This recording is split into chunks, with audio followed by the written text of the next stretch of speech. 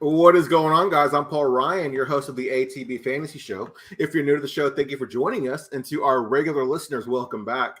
Guys, Dave Hartman, a.k.a. PigskinPapers, is not with me tonight, but fear not, the guest chair is not empty. With me is a very familiar face and someone we all know and love. Ladies and gentlemen, making his annual appearance on the show, please welcome Rich Maletto back to the show. Rich, how are you? Man, it's great to be here, Paul. I always appreciate when you invite me to come back on, man. I miss doing this every week. I really do. Yeah, every time we talk, it seems like you mentioned it at least once a month how you miss coming on the show and talking with us, man. And I was just talking the other night with my wife that I was talking about how me, you, and Nuggy would just drink and we would talk and talk before we'd even start the show, and I miss those times. Right? That was good stuff. And it's funny. I don't know if you follow Chris Cook on Twitter, but he's a great guy, and we've become friends. And he's told me, he goes, I read all your stuff, and he's doing his own content too. And he goes, but man, it's better when you're talking. He goes, it's just better stuff when you're talking than when you're writing. He goes, I'm not knocking your writing, just it is. And so I get yappy, right? So and it's hard to put voice inflection and tone and excitement and things like that into writing. And I don't know, I just find it a lot more when we can talk through things, ask questions. And I mean, they always take us off on tangents, but you got to admit, sometimes they're fun. Oh yeah. You and I we've had some player take battles, if you will, Rich. Yes, we have, man. Yes, we have. It's fun though. I appreciate the pushback. No, of course. And I always learn something talking with you. And like when we don't agree on something, I'd like to think you've learned something from me over the years. Oh, for sure. When we do trade negotiations, I mean, you are not one to like let an ounce of value be left in the jar, my friend. And see, I think I'm a horrible trader, right? Like I've had, and maybe it's because I only remember the bad trades and not the good trades. You know what I mean? Like the ones that you're like at the time you thought they were good, and you look back and you're just haunted by it. And I'll be frank, I've come to the realization I don't really enjoy trading. Some people really enjoy the negotiating back and forth, and I can appreciate that. But like I have to do that through work, and that is probably like the last thing I want to do, like in my off time. Like I remember going on a trip to Jamaica, and the person I was with just love haggling over T-shirts. No, you can get it for $5. No, no more than $7. And I'm like, look, just tell me what the price is. Like I'm on vacation. The last thing I want to do is negotiate. For real. Yeah. Well, Rich, you and I have had some fantasy battles, if you will. The biggest battlefield definitely has to be Twitter. Can you let the people know where they can find you there? Absolutely. You can find me at Fantasy Bosco. Real simple. Fantasy BOSCO. Yes, sir. Guys, I'm Paul Ryan. You can find me on Twitter at Paul_Ryan15. Okay, Rich, I haven't gotten to ask this question in a long time, and it's only fitting that I ask it again with you back on the show. Rich, what you drinking? And I feel bad. I knew this was coming, and I considered doing something different, but I have to do puppy exercises after this, plus work on my NASCAR truck article. So sadly, Paul, I am drinking sweet tea. Yeah. Hey, no worries. Nothing, man. That's the drink of the South, sir. That's like next to water. That's what some Southerners consider water, sir. It is. That's my water. I can't lie. I was born and raised on sweet tea, and this time at night when I got stuff to do, it's my go-to. Yes, sir. I was just, when I was preparing for the show, I was making my drink. I was thinking about how, like, you and Nugget, you'd always have this fancy beer, and I was always drinking whiskey. And I'm like, I'm having a pineapple Truly, or I'm having a fruit punch Truly, or, drinking like a sorority girl here. But, things haven't changed much, Rich. Tonight I'm having a Code Red Mountain Dew and a little bit of Evan Williams, my friend. Hey. Oh, and the Red Solo Cup. That's next level now. I don't know where my wife got this. It's a perfect cocktail cup, though. I was going to say it's a permanent extra large Red Solo Cup. Yes, sir. Yes, sir. So, Rich, usually when you come on, man, we're going to be talking rookies and player fits and coachings and things like that. But I thought, we'd switch things up this time. And, and instead of doing that, because of you've got a bit of a unique taste when it comes to teams here. You've got two favorite teams. I know some people look down on that. But for those that don't know, Rich is not only a fan of the Cleveland Browns, but he's also a fan of the Pittsburgh Steelers. Those are his two favorite teams, who just so happen to be division rivals. So tonight we'll be discussing the AFC North for fantasy purposes. But before we discuss that, Rich, I want to ask you, when you look at the offseason, which NFC team had the best offseason in your eyes? I really debated this with myself earlier today. It's hard for me to not look at the Eagles. Just because I feel like they actually got better and they were already a Super Bowl team, right? I could make an argument for the Lions. I feel like they made some great upgrades. I'm a little worried with Jameson's suspension if they're a little thin at the receiving core to start the year. Right. But honestly, I think the team that made the biggest improvements overall, and I'm going to catch flack for this, is the Atlanta Falcons. They are a run-heavy team. Yeah. They got the best back out there. Yes, think I'm a Desmond Ridder fan. I think he's underrated both from an athleticism standpoint and a gameplay standpoint. I think that likewise he was kind of put in a bum situation. They really didn't want to have to start him last year.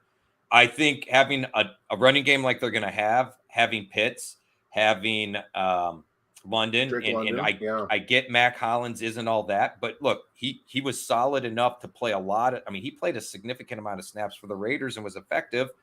Yeah. I think this is a very much improved offense and balanced team. And quietly, they've made a bunch of moves on defense to help the defense that it needed. They're still a long ways away. But overall, I think this is a much improved team. I really do.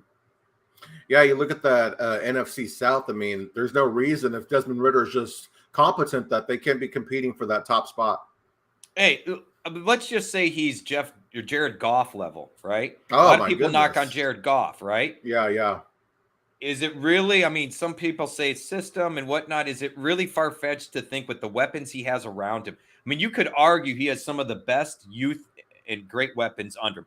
I know a lot of people are hating on Kyle Pitts. They think it's going to be low volume and all that. Hey, it was low volume in Tennessee when Arthur Smith was the offensive coordinator. And guess who was consistently a solid play? That tight end, Delaney Walker, was there, and then I'm trying to think of the name who was after there, but you could basically turn Hooper. You could basically turn to the Titans tight end spot and feel pretty decent about it. Yeah. Oh, Jonnu Smith, is that who you were thinking? I was going to say Jonnu Smith was the one. Yeah, Jonnu Smith. He had some moments. Yeah. Yeah, he did, and he left, and really Jonnu Smith got beat out at times by the backup big old white boy. I can't think of his name. Hunter Henry. Oh yeah. Oh, you're talking about Tennessee. Sorry. Yeah, it'll come to me later, man. But regardless, I have some faith there. Yeah, absolutely. I like that breakdown because I do think Ridder is underrated, and people are they keep saying how he was missing people by 2 feet and OTAs, and I feel like that was overblown. But because when you hear Arthur Smith talk about him saying he likes his intelligence, he likes how far he's come along so far. So yeah, I like Ridder. I mean, I've tried to snag him in as many best ball drafts as I can. I've tried trading for him in as many Superflex dynasty leagues as I can. And nobody wants to trade him away. So I think a lot of people will kind of echo that sentiment that you have, Rich. I'm looking forward to seeing what plays out. I really am, because I've seen a lot of people hate on Arthur Smith. I feel like he's done a great job with that team. Look, he's a guy that doesn't want to lose, and the best way to help that team win was to do what he did, was to slow it down, keep the defense off the field, and keep games close and grind it. And were they a good team? No, but they won more games than people thought they would, and this is going to be a better team. So I'm curious to see what we see. Look, Arthur Smith helped Ryan Tannehill, right? Nobody else wanted and had given up on Tannehill. And where are we at now? I mean, for 2 years, but he was there with them. Wow, Tannehill's what a great QB2 to have in your lineup. Right. There's a lot of overlap in skill set here. And correct me if I'm wrong, but I believe at one point last season, I mean, Atlanta was atop the NFC South, and I think they were even at like 6-2 at one point. Yeah, they started out hot, and they got some lucky wins at the beginning. It wasn't a talented team. They weren't good, but it's a year older. It's very young, and there's some talent on that roster. Absolutely. Well, we're talking about the NFC team that had the best offseason. Rich, what about AFC? Which team there do you think had the best offseason? I think it was the Browns. I like the changes they made. Getting Elijah Moore. I love And look, this is not being a homer pick. I mean, I'll be the first to admit my fandom has waned over the last few years. I mean, doing a lot of content providing and things like that, you really have to take a more honest view, right? Look, I think that Deshaun Watson bounces back a little bit. I think the year off really hurt, especially at the quarterback position. And if I'm wrong on that's how the ship's going to go. They admit they want to open up the offense more. I love the receive. I mean, that receiving room is really, really deep now, in my opinion. I think the defense is improved. I think they have an excellent special teams unit, and I think they're flying under the radar. Like, I was looking at I knew we were going to be talking about the AFC North here, and I'm looking at the division top to bottom, and look, there's a lot of things that can go one way or another here. It wouldn't shock me to see any number of scenarios play out. And the one that seems to be talked about the least right now is the Browns taking a step forward. And I just think they're kind of flying under the radar. Yeah, absolutely. Well, Rich, I mentioned, in the intro that we're going to be breaking down the AFC North. So let's stay there. And a team that I felt that improved this offseason that, some people were talking about, but some still have some questions as far as the quarterback situation goes. But you look at the Pittsburgh Steelers, when you look at the moves that they made, do you think they did enough to help Kenny Pickett? I think they did anything and everything but help Kenny Pickett, in the fact that they kept Matt Canada there. I don't have a problem with the players. I think Pickens potentially could be very good. I understand the love for Pickens. I have concerns and reservations, mostly because of the offensive setup. It's stagnant. It's boring. It's predictable. It's not creative. They don't do things to add mismatches. And their best offensive talent they added is a tight end that I love, but you have a great tight end. Now, if you're worried about Freiermuth's health going forward and his concussions, this is a great, kind of backup plan. But, like I've been telling everybody, I'm worried about all the offensive players there. I have to believe that at some level that Walker's going to take some of Freiermuth's red zone looks. George Pickens is going to get his. And, hey, Deontay Johnson, by accident, should at least get more than he had last year, which was 0. So I don't know that we're really going to see much of a difference. I think this Pittsburgh team is going to be a grinded out, kind of a boring team to watch. And I think it's unfortunate because I don't know what we have in Kenny Pickett. Yeah, I was surprised that they brought back Canada, because I believe it was just 2 years ago where you're hearing the rumblings that the players were unhappy with the system and the play calling and everything. And then, here we are 2 years later and he's still there when they had an opportunity to let him go. I thought that was a big discussion that the Steelers were going to part ways, and yet here we are. So yeah, that's interesting. You're only as good as your play caller sometimes. Right. So, when you look at the Steelers, I know you're not very high on them, but, are there any that you find yourself targeting maybe in best ball or trying to maybe a buy low, if you will? So I am on, and I said Walker earlier. I meant Washington. My apologies. Darnell Washington. No, not really. I will gladly take Najee Harris at his cost right now. I feel like his cost is below where it should be. I will gladly take Harris at that 2-3 type turn situation. I think that's a great value. Deontay Johnson, you could get him as like a wide receiver 4-5 at this point. It's probably worth a stab. I feel like Pickens' ADP is a little too inflated. People are really high hoping there. And I'm worried about Freiermuth. Now, his ADP has dropped a lot. I just did a staff mock draft that Fantasy grew, and he didn't fall, or he fell into the 11th round, which I think is quite a bargain. But I am worried there. Like I said, you kind of counted on the volume, the consistent volume for Muth with the red zone looks. And if he loses some of those, I'm a little concerned. I'm really not actively going after anybody on the Steelers offense at this point, other than, like I said, I will gladly get Harris where he's being taken at this point. Well, here, so it sounds like you're buying Harris. So I'll ask you this, Rich. You mentioned Deontay Johnson earlier. We know that he ended the season, the 2022 season, with 0 touchdowns. That's unlikely to happen again. But George Pickens is the receiver that everybody is kind of excited about here in 2023. When you look at cost and possible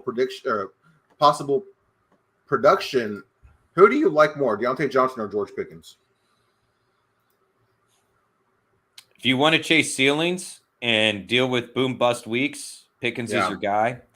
Right. If you want a mediocre floor, and hope for a little more, Deontay Johnson is your guy. That's why I said at cost, it's hard for me to go after Pickens. I would much rather, take Johnson as a bye-week fill-in type of player, as my fifth, sixth type of receiver that I take, fourth, fifth, sixth. I mean, he's fallen enough where his value, I think, is at least entertaining. Absolutely, yeah.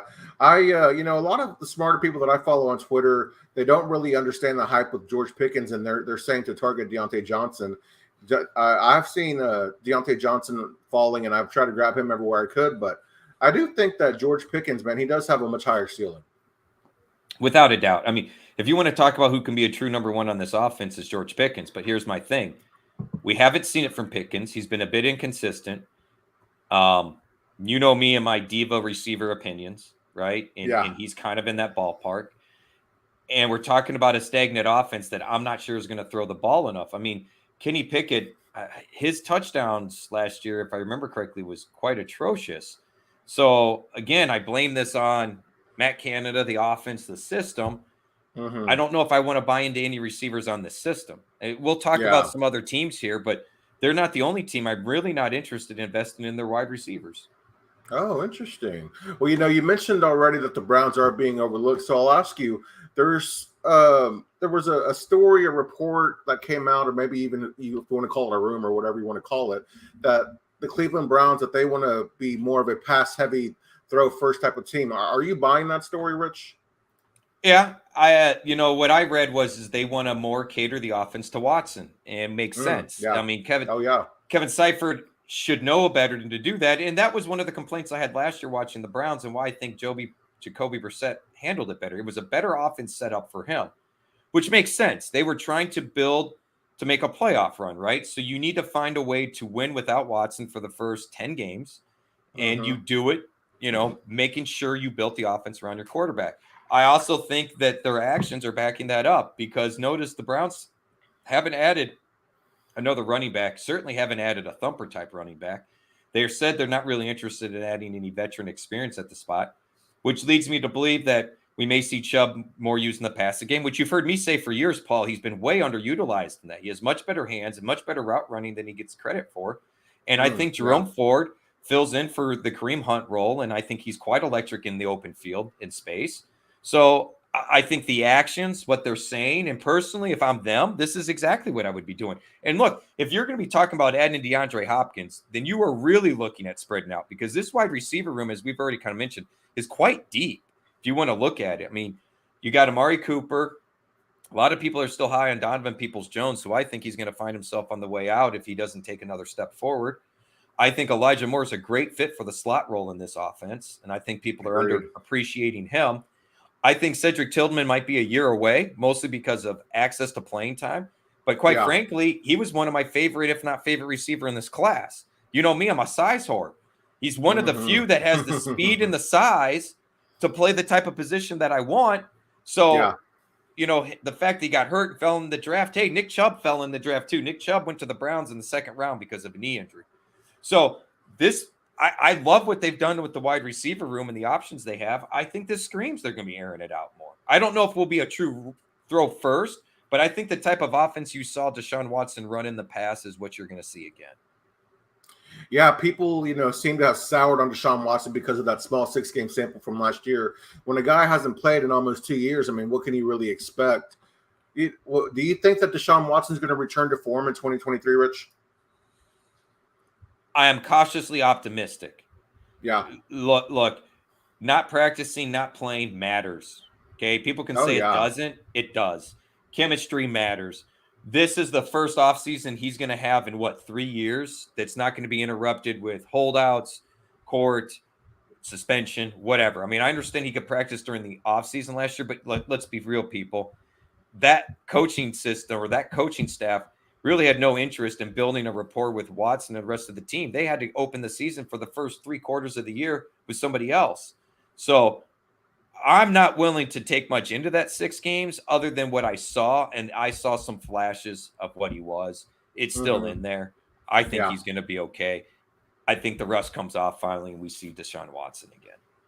Yeah, and you mentioned all the receivers he has: Amari Cooper, Elijah Moore, Donovan Peoples-Jones, Cedric Tillman, David Njoku, Jerome Ford, and Nick Chubb. I mean, we saw what Jacoby Brissett was able to do last year. He was a QB, top 15 QB most weeks last season. A cheat code there for those who waited on quarterback and superflex. You got to be pretty excited for Deshaun Watson, if I must say so myself. I have a feeling where you're going to go with this, Rich. You're not too high on Donovan Peoples-Jones, but when you look at these Browns receivers, are you investing or avoiding? Totally. I'm investing, and it just depends which ones and what kind of format setup. I have quite a few shares of Cedric Tillman. Look, the reason I'm not necessarily high on Donovan Peoples-Jones is I still think there's reason to get excited. But look, they added to this wide receiver room, and there is a cheap out on Donovan Peoples-Jones. So they are not tied to him. They can easily walk away after this year. So to me, this is a prove it, make it, break it type of year for him. He's got the speed, he's got the size, but let's be honest, he's also had the case of the drops quite a few times. It's not all the time, but there are times when it's like he's Mr. Drops out there. So he's going to have to prove it. I think they got Elijah Moore for cheap. I think the way he's fallen in drafts, he's worth a dart throw. Oh, yeah. Look, I think this helps Amari Cooper. Cooper's Mr. Not Consistency, right? It's kind of boom or bust. I think this helps him because at the very least, it's going to be much more difficult now with the other receivers across the way to kind of shut him down, especially again with Watson. I think this is just going to be a little bit different. And look, I don't think they bring in Hopkins, but if they bring in Hopkins, that just completely changes. I mean, that's a lot of receiver talent out in the field, man. And like I said, look, I'm not high on David Bell at this point, but he was a solid possession receiver coming out of college. So I don't know that we can completely write him off as far as a wide receiver 3 or 4 on the team. I'm not saying for fantasy purposes. And I'm telling you, man, don't sleep on Cedric Tillman. Yeah, that's kind of crazy to think about. Here in 2 years, the Browns could lose Amari Cooper and Donovan Peoples-Jones, but then they could replace them with Cedric Tillman and David Bell and still have Elijah Moore. That's exciting. Exactly. You mentioned the Jerome Ford's skill set, but from a fantasy standpoint, is he anything more than a stash? I'm of the opinion he takes over that Kareem Hunt role. If folks were drafting Kareem Hunt the last 2 years, I don't know why you're not interested in Ford. Yeah. He's a little smaller, so is Hunt. He's more of a speed guy. He's not Chubb. I mean, do I think he's Chubb's handcuff? I think if Chubb goes down, you're not going to see it a 1-to-1. Like, I'm a little surprised, disappointed even, that they didn't retain Ernest Johnson, because I think that was a better fit for them as kind of a true backup if something were to happen to Chubb. Yeah. So I do think you see somebody come into this backfield. Maybe it's younger. And they may have someone on the practice squad. Like, I haven't gone through the Browns depth chart, but, Ernest Johnson just kind of appeared, right? I mean, he was really buried on that depth chart, and all of a sudden was like, whoa, this guy can play. So I'm going to have to go digging. I don't know that Ford's a true handcuff. He's a little small, in my opinion, a little more of a different type of runner. But I think he's a great compliment to Chubb. And I think he's going to get a fair share of touches. I got an offer for him for a 6th-round pick, and I laughed it off and told the guy, look, offering a 6 for Hunt the last 2 years would have been laughable. You don't want to pay quite that much. I get it, but we're nowhere near the same ballpark. That's a blind dart throw at 6th-round pick. You were taking him in the 4th, 5th, 6th, last year. At this point, now the opportunity and playing time is on the forefront. Let's be real. Yeah, Jerome Ford is definitely not a roster clogger, somebody you're looking to get what you can with and get out. We've talked a little bit about this AFC North team. We mentioned the Browns and their skill players. We mentioned the Steelers and their skill players. Looking at this division as a whole with Joe Burrow and the Bengals and Lamar Jackson and the Ravens, is the AFC North the best division to target in fantasy when you look at cost and production, Rich? I don't know if it's the best, because I think you can find some great bargains with teams and players out of the AFC West and East, for that matter. I think there's some to be had. I mean, let's be real. If you're going to really target anybody in the best, the AFC North might have some of the top 2, right? When you've got Burrow, you've got Jamar Chase. I got another guy I want to talk about here in a little bit that'll be coming up, but I don't think it's the best. I understand where you're coming from as far as cost, because there's some great values, especially with the Browns players, right? A lot of Watson's been a value, right? Chubb's going mid to late 2nd round oftentimes. So there's some value there, but I think if I really wanted to pick a division to go after and target, look, I'd much rather go after some of the guys in the AFC West. Oh, I like that. So I know you. We haven't touched on the Ravens, but they did a lot to try to please Lamar. They signed him to that big deal, but prior to doing that, they added some receiver talent. Zay Jones, Odell Beckham Jr., Nelson Aguilar, and of course they already had Rashad Bateman and Mark Andrews. Is there a Baltimore receiver that you find yourself drafting in fantasy more often than not? I haven't drafted any. Oh, I am not on this offense. Look, Bateman, because of the quarter zone shot and people freaking out even more, his ADP dropping into the hundreds, he's a little more intriguing for me. Look, you've heard me talk about OBJ for a long time, man. I'm out. I'm not dealing with that headache. He's still got to come back from the injury. The guy doesn't stay hydrated. He's a headache. I'm out. If they make it to the playoffs, watch out for OBJ. But it's just not worth the headache, the guessing game, any of that. I'm a little more down on Andrews this year with this new offensive system. I don't think it's going to funnel through Andrews as much. Mm-hmm. It might. But I'm lower on Andrew than most of the consensus out there, so I haven't really gotten him anywhere. If he falls far enough, for sure. But, look, I'd much rather wait a round or two later and get Kyle Pitts. I'm still a believer in Pitts. Yeah. Bateman, and look, I can't get behind Zay Flowers, man. To me, this is still Lamar Jackson throwing outside the numbers to a little short receiver. I can't. I guess it worked quite a bit with Marquise Brown, other than him being Mr. Drops. I mean, that guy dropped so many touchdowns a couple of years ago, so maybe I shouldn't be so quick to rule out Zay. But I don't trust Lamar and small, short receivers. And so and the other thing, Todd Monken did great at Georgia. It's easy to do great in college when you have the best players on the field. I mean, go look at how many players were drafted from Georgia this year. The last time Todd Monken was in the NFL, we laughed at his offenses. So do I think this is going to be a saving grace for Baltimore and the Ravens? No. In fact, you might be shocked about what I got to say about that later. Yeah, you mentioned Monken's new offense. A lot of people are getting excited about J.K. Dobbins because of Monken's offense. What he likes to do with his running backs. Are you buying or selling J.K. Dobbins? I am in on Dobbins. I feel like they're still going to have to run. Look, anytime you have a rushing quarterback, it forces your defense to play you differently. It opens up running lanes. I will gladly gamble on Dobbins, especially at his cost. He is the one. Yes. Notice the two players I'm in on two teams I want nothing to do with their offenses are the two running backs. Right. Because we're going to have potentially short yardage touchdowns, and they're both offenses are still going to have to count on those two guys, and those two guys should still have volume. That's what it comes down to me at the running back spot, right? So Dobbins I'm in on. I will gladly take him at cost, but the rest of the Ravens, not so much. Fair enough, man. Yeah. Interesting take there on the Ravens because you've got, if you have Lamar in fantasy, you got to be pretty excited. But when you look at where he's still being drafted, it's kind of hard to take him at that spot. Are you excited about him? Are you excited? I am, yeah. About all the games that you might be missing? I mean, the last 2 years has been kind of rough, hasn't it? Yeah, it has. But when he's playing, he's still a top 5 guy. Okay, when he's playing. But we play 16 weeks, 17 weeks, 18 weeks.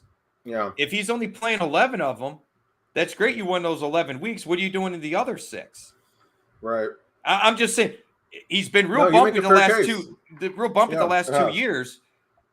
I guess what I'm looking for is how can we have more faith in this year that it's not like the last 2 years? You know what I'm saying? Like what's changed? Is it because he's got a better offense? Because let's be honest, the guy has a diarrhea problem. It seems like some upset stomach issue. I mean, I'm not trying to poke fun to make fun, but this is like come up a few times, right? Yeah. The way he plays, again, man, to me, it's like OBJ and that headache. Like, yes, give me the big games, but if we're playing best ball, go for it. I'm all over it, right? Because we don't have to guess when he's going to do it. Although you are going to have some depth. You're still going to have somebody else a little higher up for your second quarterback to fill in for those games. But I don't know, man. The last 2 years, I don't know that we see much different. Interesting. So if you had to guess, how many games are you predicting Lamar to miss this year? 5. Oh wow, that's kind of scary, man. That's a third of the season. Well, I tell you what, let's just look at what he's done the last 2 years. Maybe I'm overstating it. All right. That's very possible. What do they call that? Revisionist history. For me, I'm not the type. I mean, injuries aren't predictable, but at the same time, you can start to see a trend in certain players. So All I right. see where you're coming from on Lamar. So here's where we're at. The last 2 years, he's played 12 games. The 2 years before that, he played 15. As you get older, you typically don't hold up as well, right? Yeah. So let's just take an average and call it 14 games, 13 games. That still puts us at 4. Yeah. Yeah, you definitely, 4 games, that's 4 games, especially if it's heading into the playoffs and your first round pick's not there for you. That stings. Right? So while we're talking about an AFC North quarterback, Rich, which AFC North quarterback do you want on your dynasty teams? Oh, come on. That's a no-brainer, right? I mean, give me Burrow, give me Burrow, give me Burrow. I mean, if we're talking about in a draft and taking some value, man, fine, I'll take Watson. But I mean, there's no sense really at the cost they both are. You couldn't end up with like a Burrow and a Watson or something like that in a super flex. Oh man, startup. Yeah. But Burrow, age, the receivers he's got. Give me Burrow, man. Joe Cool. Hey, you know me. I'm not chasing those rushing quarterbacks anyway. I'm completely fine with Mr. Joe Burrow. Yeah, hey, and he has the numbers to back it up too. Yep. You know what? Joe Burrow's favorite weapon has to be Jamar Chase. But when you look at the receivers in the AFC, who's the next best receiver after Jamar Chase? T. Higgins. Oh, interesting. Okay. What does he like about T. Higgins so much?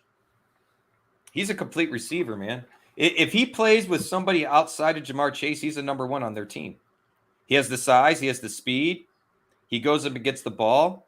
He gets open. I mean, you could argue that T. Higgins makes that whole offense a lot better. Remember the games that he missed last year? The Bengals struggled. Boyd didn't really step up and fill in the way that I think people had hoped or expected. And if he were ever to leave the Bengals, I'm telling you, I would gladly. Look, T. Higgins is going in the top 3 rounds right now, pretty consistently. Mm-hmm. Yeah. How many receivers across the league are going in the top 3 rounds? 12, 15 of them? Yeah.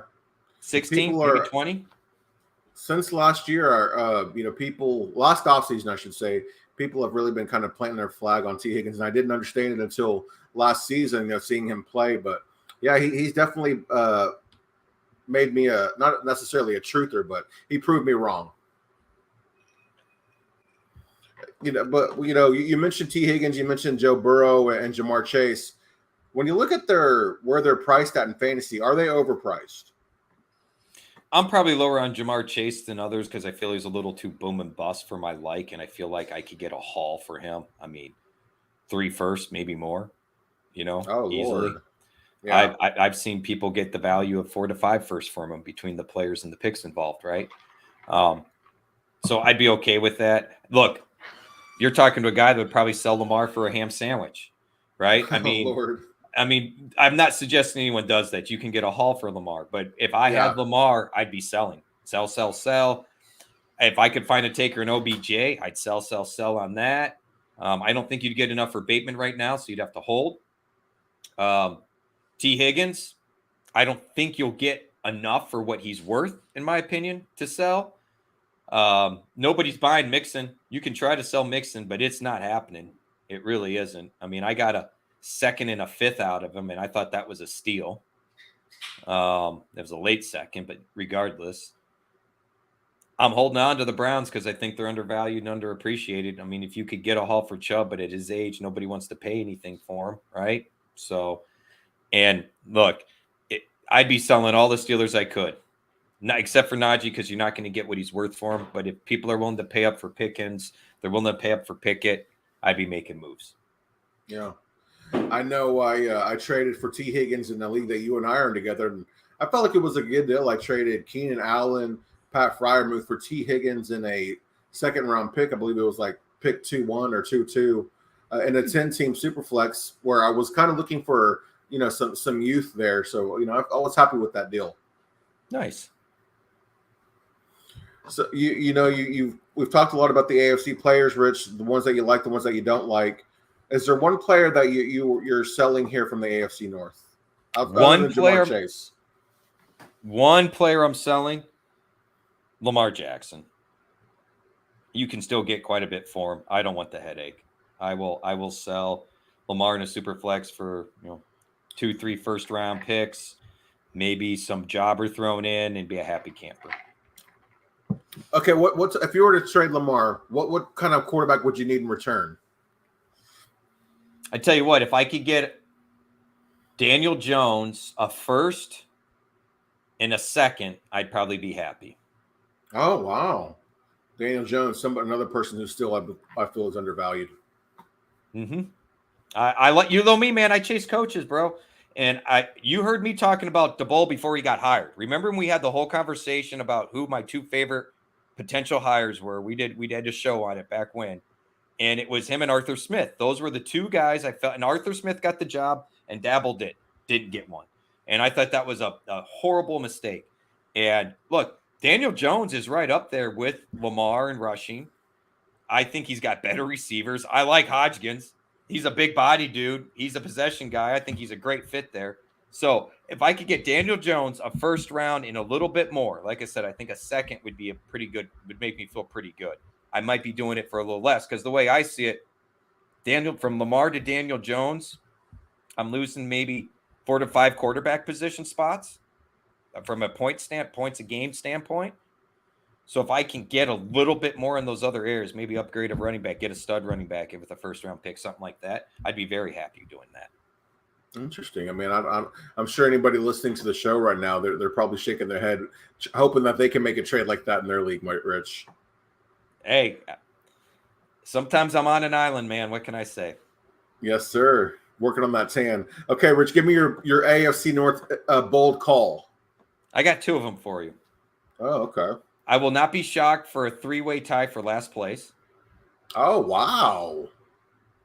That would be the Browns not doing well, would be in that group. I also would not be shocked to see the Ravens be dead last. Holy cow. In the division. Man. So, well, what is it? I mean, it's just because, is this all relying on Lamar? Or do you not think that their defense is very good? What's your reasoning there? I think the defense is very good. I think the defense is going to be the difference here and whether that a bold prediction like that comes true. I mean, we went bold here, right? Like I'm trying to go out on a limb and something I see that's plausible, but it's going to take a little something to get there. Look, if Lamar plays 11 games, for example, what's this offense look like? Like I said, Todd Monken's offense have been terrible when he was in the NFL. If OBJ is not on the field because he's hurt, is Lamar effective throwing to what he's throwing to currently? Bateman, Flowers, Andrews. Is Zay Flowers good enough to be something? I mean, I get people like him as an athlete. The dude's 5'8", 5'8", 175, something like that, 180, right? And that's shorter than me and my size. Like, I don't care if I ran like the wind. Those are some big dudes coming across hitting you, and I'm sure he's going to have some big plays here and there. Yeah. But are you just hoping for Lamar to chuck it up? And is Lamar going to be running all over the place? And if he is, look, as much as everyone calls Greg Norman archaic and everything else, he was very creative with that running game and kept teams honest. I don't think Lamar is as good as Lamar thinks he is. I don't. So I absolutely can see this playing out. If this offense completely fuddles and fails, everyone's picking the Steelers to be dead last. The Steelers are going to win 8 or 9 games. That's what Mike Tomlin does. So is it plausible to see if Lamar only plays 11 games, the Ravens lose 7 of them? Or, I mean, win 7 of the 11 he plays? If he plays all year. We saw Huntley last year. I mean, with that defense and lesser weapons. Yeah, that's fair. That's fair. Enough. That's fair. And maybe I'm just hating on the purple so much, man. I don't know. But that's my bold prediction, that the Ravens will actually be. And look, that being said, I do think all 4 teams in this division are capable of finishing well north of 500. Yeah. Well, something that that you brought to my attention is Todd Monken. I was unaware of his previous NFL coaching history, but that's something that I'd like to look into because I'm not really familiar with his resume. Well, let's just pull up some of his landing spots here, right? Now, So, was this early 90s? What are we talking here? No, man, this was not too long ago. 2019 Browns offensive coordinator, 2018 Buccaneers offensive coordinator, 2016 and 17 offensive coordinator and wide receivers at Tampa Bay. Go look at the offenses for Tampa Bay from 16 to 18. Jameis Winston, Mr. 30 for 30. Yeah, they had some big numbers though, but Jameis Winston was just a turnover prone. But they didn't really have very good teams overall. But I believe they passed a lot, threw for a lot of yards. Right. Mike Evans, right. And they don't have a Mike Evans in Baltimore, though. I was going to say, there's no Mike Evans in Baltimore. And truthfully speaking, who's a better passer? I get Winston. Lamar Jackson, dude. No question. See, I disagree, man. If I look at a ball from point A to point B in some accuracy, Winston's problems on the interception was choices. It was poor decision-making. Lamar has much better decision-making. But I don't think Lamar's that great of a passer, man. I really don't. He has never thrown outside the numbers in an NFL career. He's only thrown over 3,000 yards once. Yeah. Now, some of that's on the team, but let's look at the Browns. I'm getting flashbacks of Lamar at the accuracy drill at the Pro Bowl, thinking about how bad he was. Right?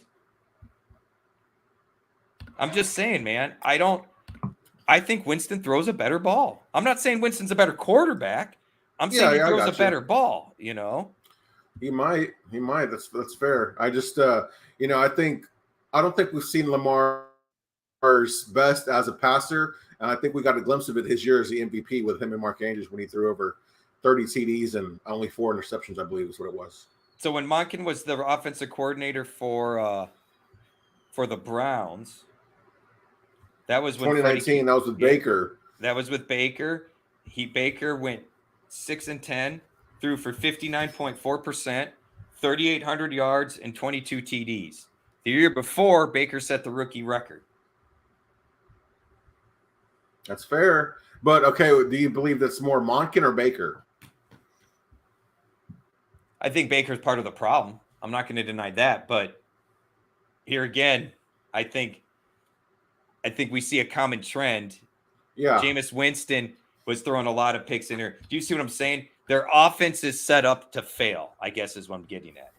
That type of system, throwing and stretching the field, works great in college. This ain't college, man. Yeah, that's true. All right, Rich, we're going to be wrapping things up here. Before we do, you mentioned the content that you're creating. You're talking a little bit about NASCAR. You're always, doing fantasy talk on the Twitter timeline. Can you talk to us about your content, where we can find it? Yeah, so head over to fantasyguru.com, and I'm going to sound like a horrible, sleazy salesman. We have an all-inclusive package that is normally $1,000, and I think it's actually going to go up when it goes to the season. Well, let me finish. That's the normal price, okay? That all-inclusive includes every sports betting, sport, and thing we do. So, sports betting for NBA, football. If you do it now, it's going to cover all of next year's NBA. It's going to cover the rest of baseball this year and the early part next year, cover all of football, cover the rest of NASCAR. We'll cover all of NHL season next year. We also do the same for DFS. That also includes the seasonal baseball stuff with Ray Flowers and the seasonal football stuff with Jeff Manns. With Platt, they have it. They've had the discounted rate of $800 for the year. They're offering a discount of 50%. So the discount code is Platt, PLAT 50, Platt 50.